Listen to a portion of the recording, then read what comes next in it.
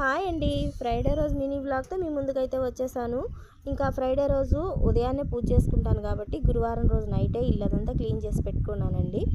శుక్రవారం రోజు నిద్ర లేవగానే బయటంతా తుడిచేసుకొని ముగ్గది వేసుకొని వచ్చేసి ఒకసారి స్టవ్ దగ్గర కూడా అంతా తుడిచిపెట్టేసుకున్నాను.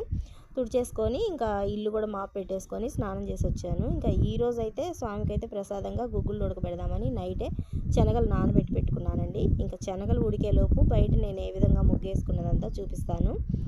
ఇంకా ఈ మధ్య అయితే ముగ్గులో పసుపు కుంకుమ అనేది నేను అసలు పెట్టట్లేదండి. ఎందుకంటే ముగ్గులో పసుపు కుంకుమ పెట్టాను అంటే చాలు పిల్లలు ఇష్టానికి తొక్కేస్తున్నారండి.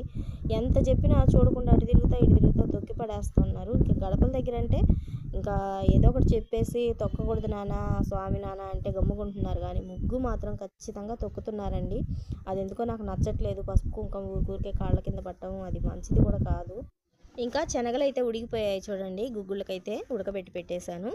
ఇంకా ఫస్ట్ ఉడకబెట్టేటప్పుడు ఉప్పు వేయనండి. కొంచెం ఉడికేసిన తర్వాత ఇప్పుడు ఉప్పు వేసేసి మూత పెట్టి పెట్టేస్తాను. అప్పుడైతే ఉప్పు పడుతుంది. ముందుగానే ఉప్పు వేస్తే నాకు ఎందుకో మరీ ఉప్పు కసిపోయినట్టు అనిపిస్తుంటుందండి. అందుకని అలా వేయను.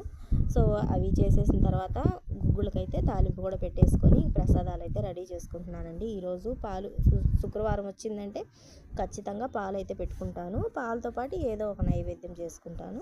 అలాగే తులసమ్మ దగ్గర కూడా చిన్న ప్లేట్లు అయితే కొంచెం ప్రసాదంగా పెట్టుకుంటానండి.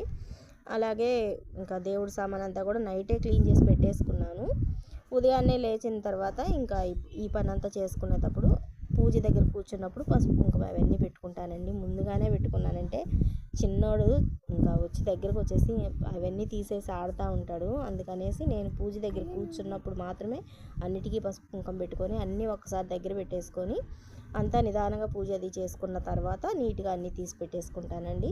ఇంకా ఈలోపు మా ఆయన కూడా వచ్చేసాడు. పూజ అంతా అయిపోయిన తర్వాత ఇంకా దోశలు అయితే వేసిస్తూ ఉన్నానండి. వీడియో నచ్చితే లైక్ చేయండి.